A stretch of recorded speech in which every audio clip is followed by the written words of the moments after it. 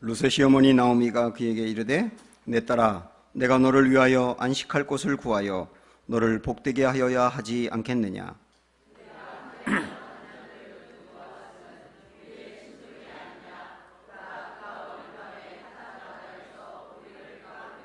그런즉 너는 목욕하고 기름을 바르고 의복을 입고 타작마당에 내려가서 그 사람이 먹고 마시기를 다 하기까지는 그에게 보이지 말고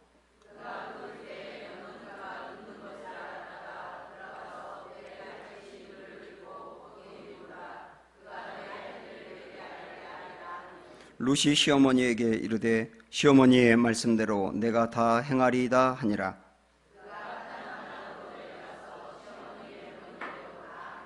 보아스가 먹고 마시고 마음이 즐거워 가서 곡식단 더미의 끝에 눕는지라.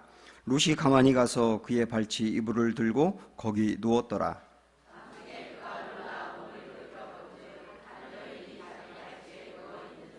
이르되 네가 누구냐 하니 대답하되 나는 당신의 여종 룻이오니 당신의 옷자락을 펴 당신의 여종을 덮으소서. 이는 당신이 기업을 물을 자가 됨이니이다 하니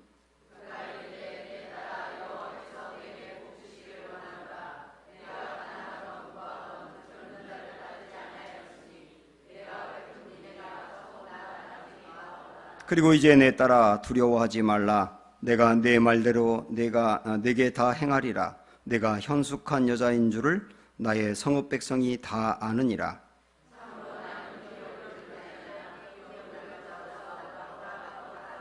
같이 읽습니다. 이 밤에 여기서 머무르라.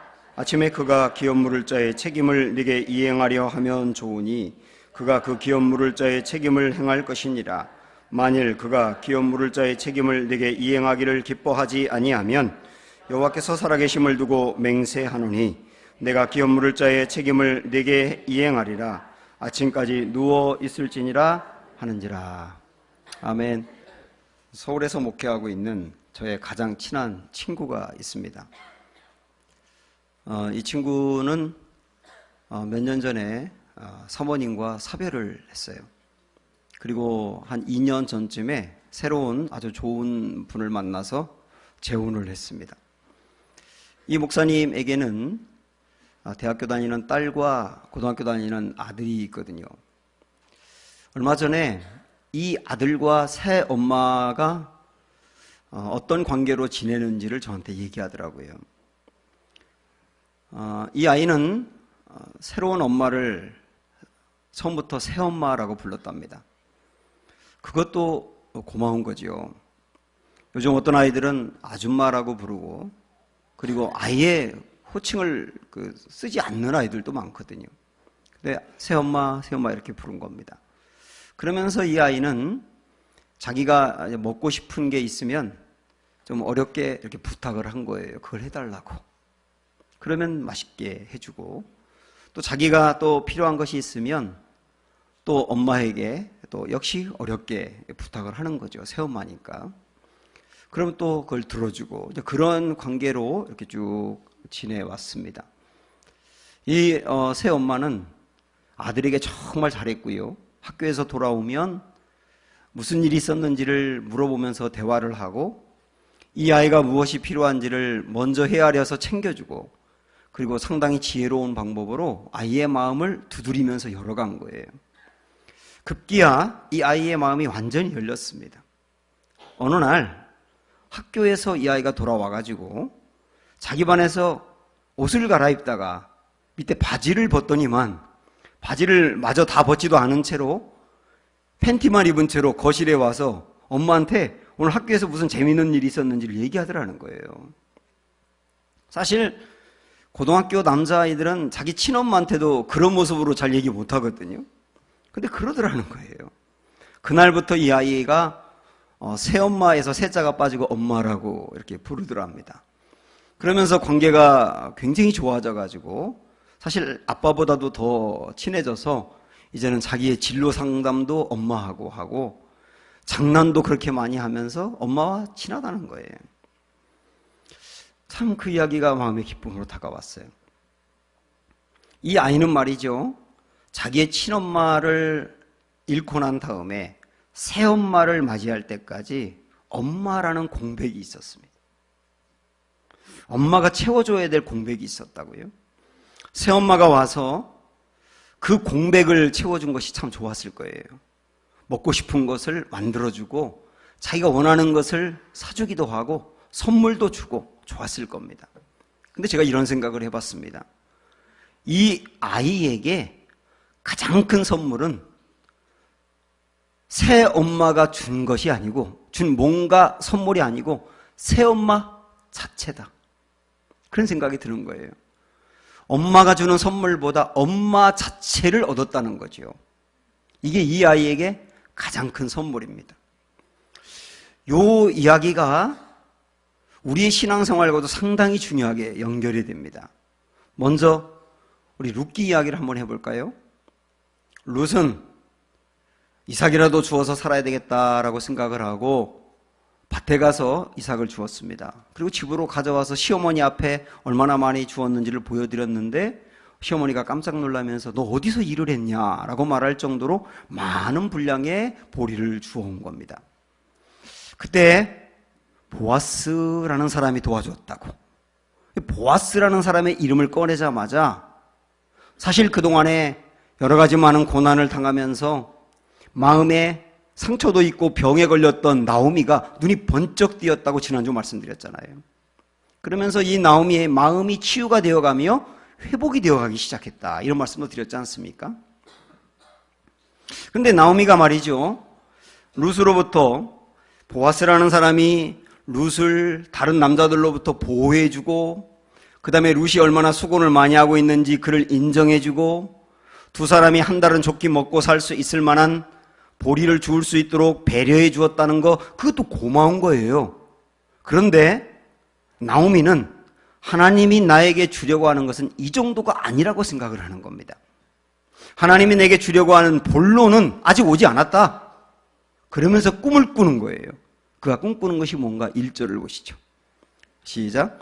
룻의 시어머니 나오미가 그에게 이르되 내 딸아 내가 너를 위하여 안식할 곳을 구하여 너를 복되게 하여야 하지 않겠느냐. 안식할 곳이라고 하는 것은 며느리가 새 가정을 이루게 해야 되겠다라고 판단한 겁니다. 그래서 그에게 새 가정의 파트너는 보아스가 되어야 된다. 이런 생각을 갖는 거예요. 그러니까 이 시어머니는 보아스와 며느리를 이제 결혼시키기 위해서 마음에 작정을 하고 꿈을 꿉니다. 그러면서 며느리에게 코치를 해요. 2절부터 5절까지 긴 내용인데요. 보세요 한번 시작. 네가 함께하던 하녀들을 둔 보아스는 우리의 친족이 아니냐. 보라 그가 오늘 밤에 타작마당에서 보리를 까불리라. 그런즉 너는 목욕하고 기름을 바르고 의복을 입고 타작마당에 내려가서 그 사람이 먹고 마시기를 다 하기까지는 그에게 보이지 말고 그가 누울 때에 너는 그가 눕는 곳을 알았다가 들어가서 그의 발치 이불을 들고 거기 누우라.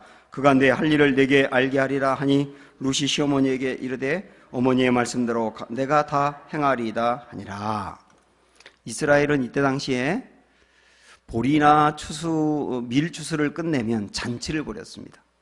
그래서 일꾼들과 주인이 함께 술을 잔뜩 마시고 춤을 추면서 놀았어요.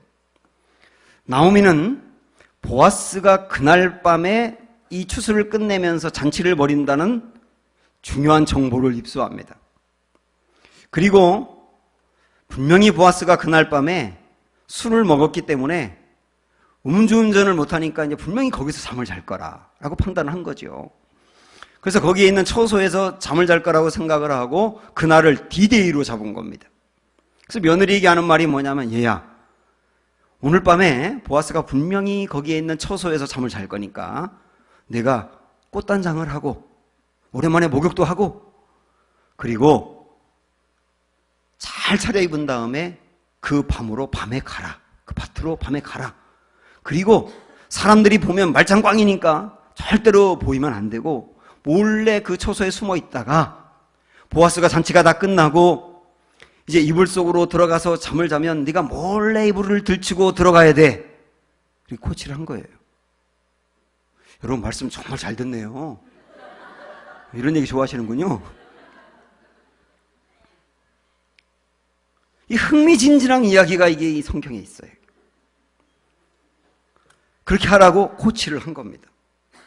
여러분, 이 이야기를 잘 생각을 해보면 지금 나오미가 기대하는 것은 보아스가 주는 몇 개의 혜택이 아니에요. 나오미가 정말 원하는 건 뭐냐면 보아스가 주는 혜택이 아니고 보아스입니다. 하나님이 내게 주려고 하는 그 선물은 보아스가 주는 몇 가지의 배려와 선대가 아니고 보아스 자체다. 그거를 바라고 있는 거예요. 왜냐하면 앞으로 이제 농사를 지은 것이 끝났고 추수기가 끝났기 때문에 이제 이스라엘은 그다음부터는 건기가 계속되거든요. 그럼 농사를 못 짓는단 말이죠. 그러면 그때는 이미 이삭을 다 주었으니 먹고 살 게 없지 않습니까? 그래서 이삭을 줍는 것으로는 한계가 있는 것이고 정말 근본적으로 중요한 것은 보아스를 얻어야 된다고 판단한 거예요. 그동안 저는 이 룻기 말씀을 여러분에게 주일낮에 드리면서 보아스와 예수님이 상당히 밀접하게 연관된다는 이야기를 드렸어요. 그래서 오늘 이 말씀을 조금 더 구체적으로 드리고 싶습니다. 보아스에게서 예수님이 보이거든요. 그래서 우리는 보아스를 통하여 베푸는 은혜와 사랑을 하나님과 예수님이 베푸는 은혜와 사랑으로 이렇게 마음으로 맞이하기 위해서 한번 연결해 보도록 하겠습니다. 먼저 2장 1절에 있는 말씀 볼까요? 시작. 나오미의 남편 엘리멜렉의 친족으로 유력한 자가 있으니 그의 이름은 보아스더라 그랬습니다. 여기에 보면 보아스가 누구라고 나오느냐 하면 엘리멜렉의 친족이라고 나옵니다.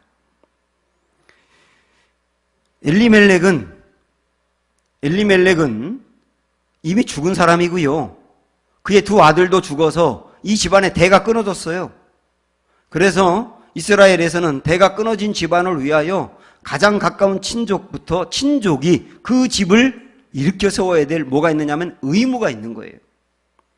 보아스는 누구냐? 망한 이 엘리멜렉의 집을 일으켜 세워야 될 의무가 있는 사람이다. 그렇게 볼 수 있잖아요. 우리 예수님은 엘리멜렉 같은 우리 인생, 죄로 인하여 망가지고 영원히 살 수 없고 그리고 우리 영원히 죽어있는 우리의 이 상태, 엘리멜렉과 똑같은 상태를 일으켜 세워서 살리고 회복시켜 구원받게 하라고 하는 특명을 받고 이 땅에 오신 분이에요. 그러니까 우리 예수님의 의무는 뭐냐면 엘리멜렉 같은 나를 살려야 되는 거예요. 또 여기 말씀 보면 보아스가 누구냐면 유력한 자라고 나옵니다. 여러분 보세요. 만약에 보아스가 이 대가 끊어진 엘리멜렉의 집을 일으켜 세워야 될 의무는 있는데 이 집의 사람들을 먹여 살려야 되지 않습니까? 먹여 살릴 만한 능력이 없다면 소용없잖아요. 근데 이 사람은 유력한 자라고 나옵니다. 유력한 자라는 말은 부호라는 뜻이에요. 돈이 많아요. 그래서 남겨진 나오미나 룻을 충분히 먹여 살릴 만한 능력이 있는 사람입니다. 우리 예수님은 엘리멜렉 같은 우리의 인생을 살리라고 하는 의무를 갖고 이 땅에 오신 분인데 그분이 의무는 받았으나 살릴 만한 능력이 없다면 그것도 소용없는 일 아닙니까? 그러나 우리 예수님은 우리를 죄 가운데서 건져내며 우리를 영원히 회복시킬 수 있는 능력이 있는 분이세요. 하나님이니까요. 또한 보아스는 헤세드의 사랑이 있는 분이에요. 제가 룻기를 통하여 헤세드라는 말을 여러 번 드렸지만 헤세드는 책임지는 사랑입니다. 여러분 또 생각을 해봅니다. 보아스가 이 대가 끊어진 엘리멜렉의 집을 일으켜 세워야 될 의무도 있고 능력도 있는데 그러고 싶은 마음이 없다면 또 소용없는 일이잖아요.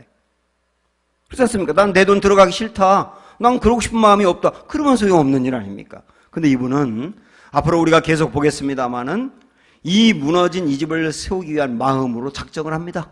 그럴 마음이 있는 거예요. 그거 고마운 거죠. 이게 헤세드의 사랑인 거예요.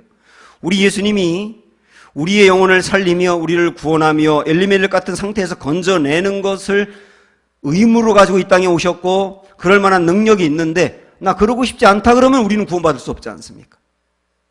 우리를 엘리멜렉 같은 상태에서 건져내기 위해서는 예수님이 십자가에서 죽어야 되는데 내가 왜 십자가에서 죽냐? 누가 십자가에서 죽고 싶겠어요? 나 그 일하고 싶지 않다라고 말한다면 소용없는 일인데 우리 주님은 기꺼이 그 길을 가셨지 않습니까? 이게 헤세디의 사랑이에요. 하나 더 둘의 연관성을 찾아보면 보아스는요, 자기 엄마의 아픔을 알아요. 여러분 이거 말씀 한번 보세요. 예수님의 족보에 나오는 말씀인데 살몬은 라합에게서 누굴 낳았어요? 보아스를 낳았어요. 그리고 보아스는 루색에서 오벳을 낳았어요. 그러니까 보아스의 엄마가 누굽니까? 라합이잖아요. 라합이잖아요. 라합이 누굽니까? 이스라엘 사람이 아니고 여리고 사람으로서 이스라엘인이 아니고 이방인이라고요. 게다가 기생이었습니다. 이스라엘 사람들은 선민의식이 너무나 강하기 때문에 유대인이 아니면 기본적으로 이방인들을 차별합니다. 사람 취급을 잘 안 하고요. 교제하려고 하지 않고요. 그래서 이방인들이 유대인들 사이에 들어가서 사는 게 정말 어려운 일이에요. 그런데 보아스의 엄마 라합은 유대인 사이에 들어와서 살몬이라는 사람하고 결혼하고 살았는데 그가 그렇게 유대인 사이에서 살면서 겪었을 아픔이 있다고요. 사람들의 냉대와 차별과 손가락질, 게다가 기생이었기 때문에 받았을 수모와 수치 이런 게 다 있지 않겠습니까? 그것을 아들은 보고 자란 거예요. 얼마나 우리 엄마가 이방인이기 때문에 아픔을 겪어야 됐는지 다 보고 자랐다고요. 그래서 룻을 챙겨줄 수 있는 거예요. 룻은 모압 여인이지 않습니까? 모압은 이스라엘 사람들이 정말 싫어하는 사람들이거든요. 그래서 신명기 23장 3절에 보면 아예 이런 말씀까지 나옵니다. 모압 사람들은 영원히 이스라엘의 총에 들어오지 못한다.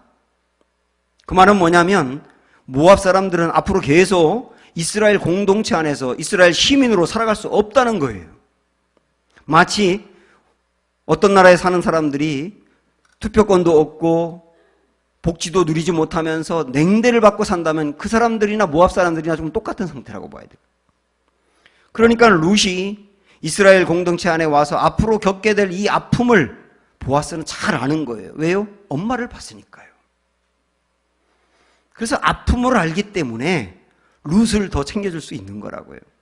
하나님은 이 아파하는 룻을 위하여 아픔을 아는 보아스를 미리 준비시켜 주신 그 사랑도 있는 겁니다. 우리 예수님은 우리의 아픔을 아십니다. 우리 예수님은 육체의 고통을 당하며 십자가에서 돌아가실 때 그 모진 아픔이 있었기 때문에 우리가 육체의 아픔을 당하는 걸 다 아시고요.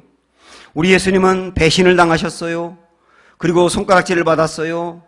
그리고 저 사람 십자가에 못 박아라 라고 하는 그 모욕적인 말도 들었어요. 예수님의 옷이 벗겨졌어요. 부끄러움도 당했어요. 그래서 정신적인 고통을 당하는 사람의 아픔을 아세요. 무엇보다 우리 예수님은 하나님으로부터 영원히 버림을 받았습니다. 십자가에서 버림을 받아서 나의 하나님 어찌하여 나를 버리시나이까 라고 절규했던 것도 버림을 받았기 때문이거든요.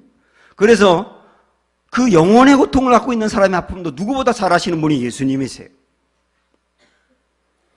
그래서 가만히 이렇게 연결을 해보면 보아스에게서 예수님이 보인단 말이죠.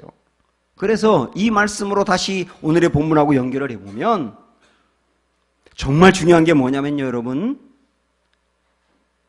하나님이 나오미와 룻에게 보아스를 통하여 몇 가지 좋은 은혜와 그 다음에 선물을 주신 것보다 훨씬 중요한 게 보아스 자체를 주신 거라고 했지 않습니까?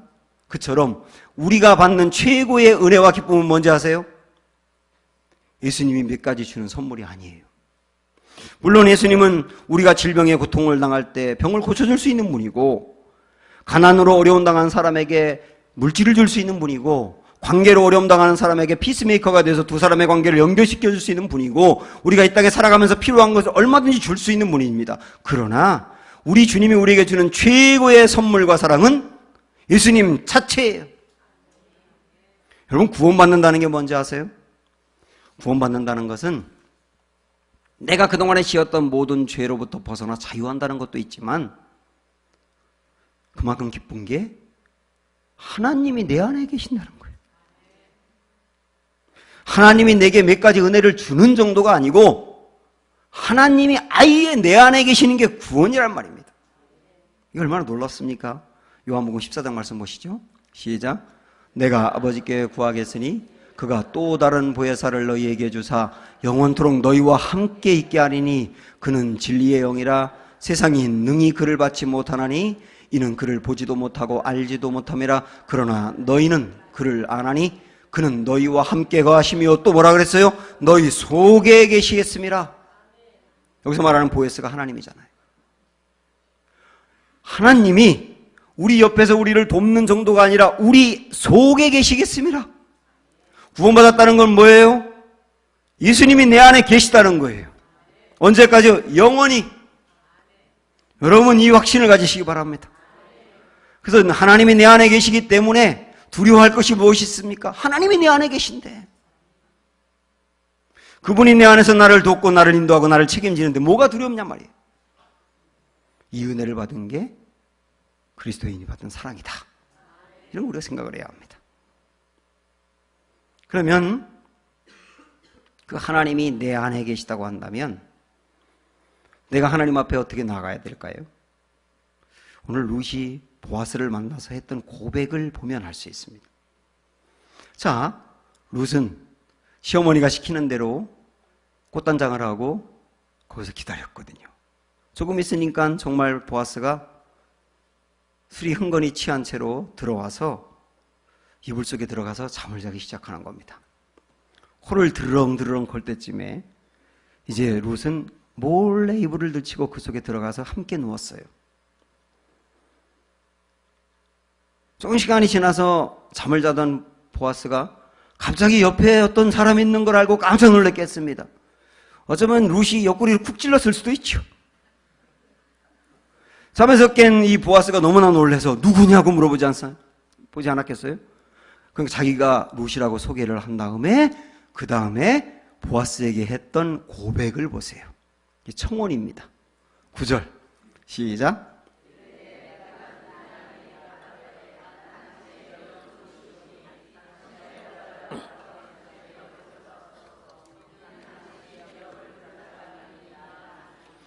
자, 보면 이 말씀을 가지고 우리 룻기 시리즈의 핵심, 이 주제로 삼았고 오늘의 제목도 그런데 쉽게 말씀드려서 당신의 옷자락으로 나를 덮으소서.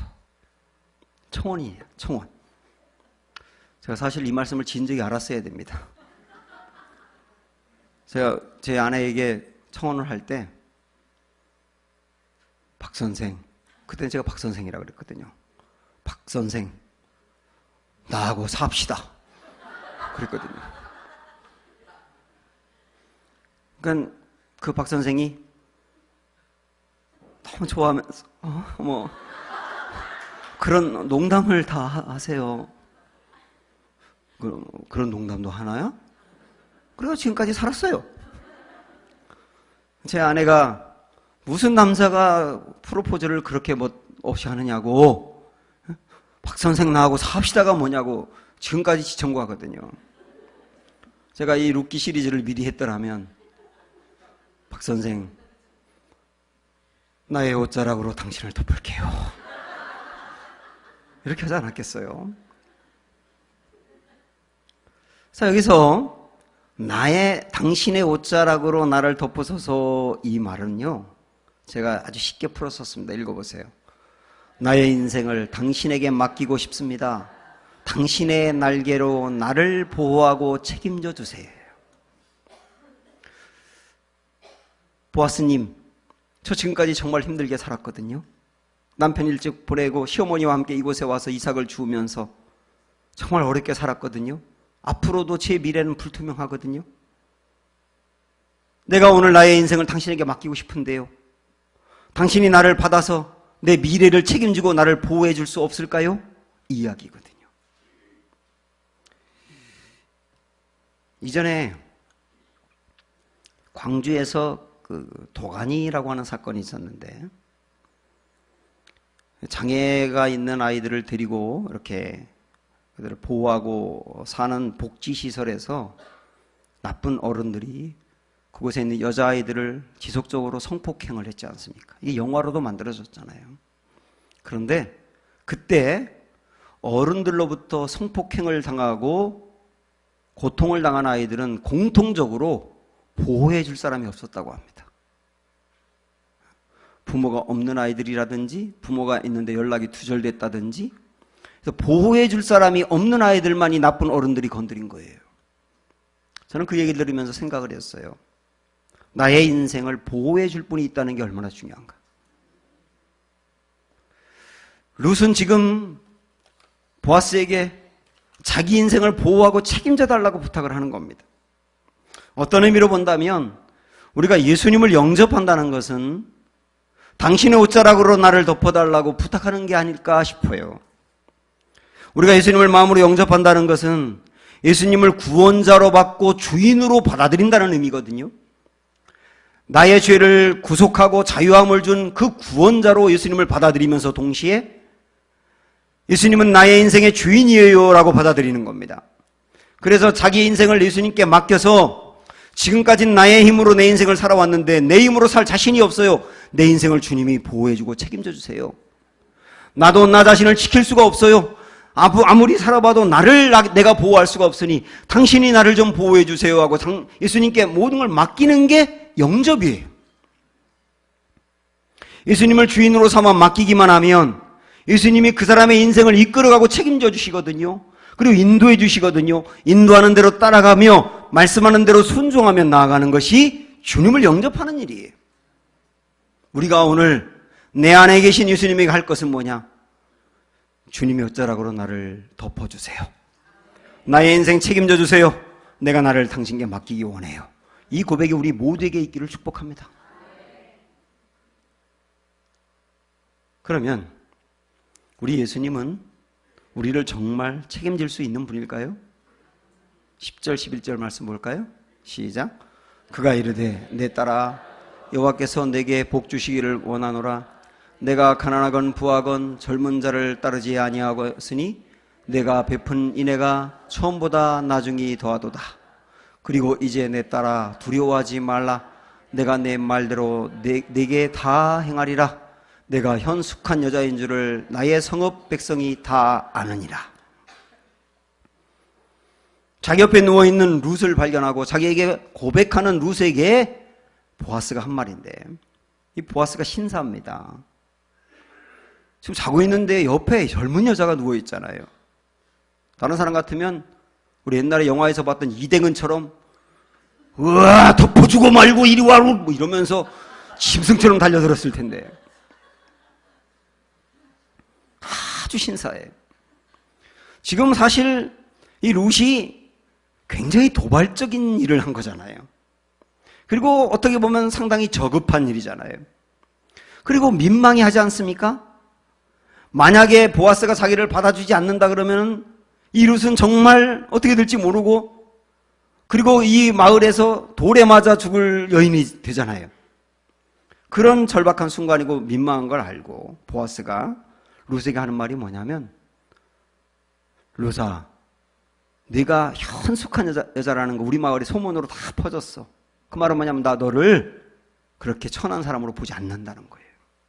고마운 거죠. 예수님을 닮은 거죠.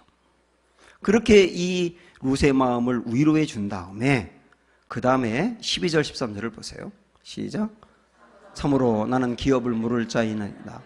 기업 물을 자로서 나보다 더 가까운 사람이 있으니 이 밤에 여기서 머무르라. 아침에 그가 기업 물을 자의 책임을 내게 이행하려 하면 좋으니 그가 그 기업 물을 자의 책임을 행할 것이니라. 만일 그가 기업 물을 자의 책임을 내게 이행하기를 기뻐하지 아니하면 여호와께서 살아계심을 두고 맹세하노니 내가 기업 물을 자의 책임을 내게 이행하리라. 아침까지 누워 있을지니라 하는지라. 우리가 지난주에 본 것처럼 이 이스라엘 안에는 기업 물을 자의 책임이 있다고 했지 않습니까? 배가 끊어진 집, 그리고 여자들만 남아서 먹고 살기 어려운 집을 친척들이 먹여 살리는 것인데 1순위부터 시작을 하는 거예요. 근데 보아스는 2순위입니다. 1순위 친족이 따로 있어요. 그러니까 보아스가 하는 말이 뭐냐면, 내가 2순위니까 1순위에 해당하는 사람을 오늘 만날게. 내가 만나서 너를 책임지고 기업 물으는 제도를 이행하라고 얘기할게. 근데 만약에 그 사람이 부담스러워하며 안 하겠다고 하면 내가 너에게 약속한다. 반드시 내가 너를 책임질 거야. 이렇게 얘기하는 거예요. 13절에 있는 긴 말씀에서 책임이라고 하는 단어가 4번이 나오거든요. 그래서 이 말씀에서 핵심적으로 우리에게 주는 말씀이 뭐냐면 보아스는 룻을 책임진다라고 하는 거예요. 사실 룻은 많은 생각을 하지 않고 시어머니를 따라왔습니다. 이 시어머니와 함께 가면 무엇을 먹고 살아야 하나? 앞으로 어떻게 되나? 내가 결혼할 수 있을까? 내 미래는 어떻게 될까? 많은 걸 생각하면 따라올 수 없었거든요. 혼자 된 시어머니를 돌보겠다는 마음 하나만 갖고 그냥 출발한 거예요. 그러면서 그때까지는 하나님에 대해서 잘 몰랐는데 시어머니가 믿는 하나님을 이제부터 나도 믿어야지 하며 새신자로 출발을 한 거라고요. 그러면서 아직까지 믿음이 대단하진 않지만 내 인생 하나님이 책임져 주겠지라고 하는 어떤 기대와 소망을 품고 달려왔다고요. 그 룻을 지금 하나님이 책임져 주고 있는 겁니다. 처음 보아스가 이 룻을 만났을 때 룻에게 했던 축복의 말이 2장 12절에 나오는데 그걸 보세요. 여호와께서 내게 행한 일을 보답하시기를 원하며 이스라엘의 하나님 여호와께서 그의 날개 아래 보호를 받으러 온 내게 온전한 상 주시기를 원하노라. 여기에 날개라고 나오는데 이 날개가 옷자락하고 똑같은 단어입니다. 그러니까 이 보아스가 룻에게 이전에 했던 말이 뭐냐면 룻아 내가 하나님의 날개 아래 보호를 받으러 이 어려운 길을 왔구나. 하나님이 너를 보호해 줄 거야.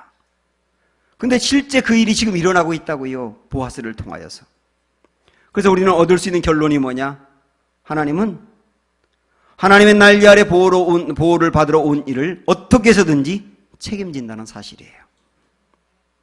하나님은 우리의 아버지십니다. 그래서 우리를 책임지세요. 아버지는 내 자녀를 어떻게 해서든지 책임지게 돼 있어요. 우리 예수님은 선한 목자이십니다. 선한 목자는 왜 선하냐? 양을 어떻게 해서든지 책임지기 때문에 선한 목자예요. 제가 이전에 여러분 그런 말씀 드린 적이 있죠. 이전에 이스라엘에 성지순례를 간 적이 있는데 유대 광야를 갔었습니다. 사방이 다 사막이에요. 풀이라고는 찾을 길이 없어요.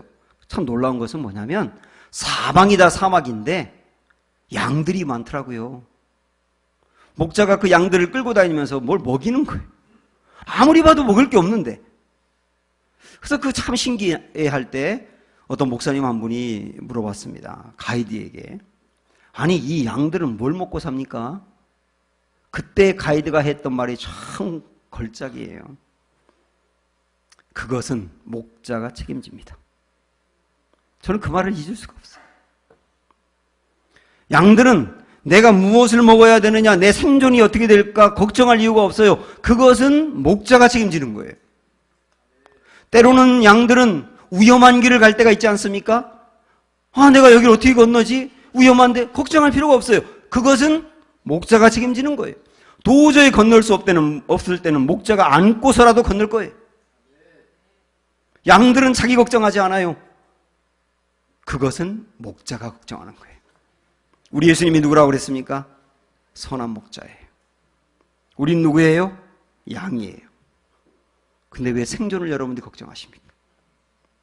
왜 여러분 인생의 주인인 것처럼 그렇게 걱정하고 사세요? 그것은 목자가 책임져요. 여러분이 때로는 위험 가운데 처할 때가 있지만 그것도 주님이 책임져요. 때로 우리가 예수님을 벗어나서 세상으로 완전히 빠져서 주님을 떠날 때가 있지만 그때도 주님은 나를 버리지 않으세요. 어떻게 해서든지 나를 찾아 데려와서 주님 품에 안기게 하세요. 그게 99마리 양이 있지만 잃어버린 한 마리 양을 찾는다는 의미 아닙니까? 우리가 예수님을 마음으로 영접하고 구원을 받고 새로워졌다고 하는 것은 예수님과 나 사이에 절대로 끊을 수 없는 엄청난 끈이 우리를 묶고 있다는 뜻이에요. 그래서 영원토록 예수님은 나와 함께 하시며 예수님이 받은 건 내가 받게 하고 예수님이 가는 곳에 내가 가게 하고 예수님이 누리는 영광을 내가 누리게 합니다. 예수님과 나 사이에는 끊을 수 없는 운명적인 영원한 관계가 있다고요. 이게 책임지는 거예요. 요한복음 6장 말씀 보세요. 시작. 나를 보내신 분의 뜻은 내게 주신 자 중에 내가 하나도 잃어버리지 아니하고 마지막 날에 다시 살리는 이것이니라. 우리 예수님의 뜻은, 우리 예수님의 그 사명은 뭐냐면 나를 보내신 이의 뜻, 그 뜻이 뭐냐면 내게 준 사람은 하나도 잃어버리면 안 돼. 그리고 마지막 날에 다 살려야 돼. 이게 엄청난 말씀 아닙니까? 하나님이 나를 건져내서 예수님께 붙여줘가지고 내가 구원받는 사람이 되었다고 한다면 여러분 믿으세요. 영원히 예수님이 나를 잃어버리지 않을 거예요. 영원히 나를 붙들고 놓지 않을 거예요. 이게 우리의 자존감이고요. 이걸 생각할 때마다 기쁨이 넘치는 거예요. 영원히 나를 책임져 주실 분이 주님이시다 한 거죠. 도로트 쥐얼레라고 하는 사람이 이런 말을 했거든요. 시작. 고난을 당할 때 대화 상대를 누구로 정하느냐에 따라 그의 삶이 결정된다. 정말 중요한 말입니다. 어떤 사람은 고난을 당할 때 대화 상대를 잘못 선택해서 자살을 합니다. 어떤 사람은 고난을 당할 때 대화 상대가 잘못되어서 더 인생을 포기 상태로 빠져버리고 낙심에 빠져버려요. 근데 어떤 사람은 대화 상대를 잘 만나서 그 고난 중에 일어나거든요. 고난 중에 대화 상대가 누구냐가 정말 중요합니다. 오늘 주님 우리에게 말씀하세요. 고난 중에 대화 상대, 인생의 상대는 주님이시다.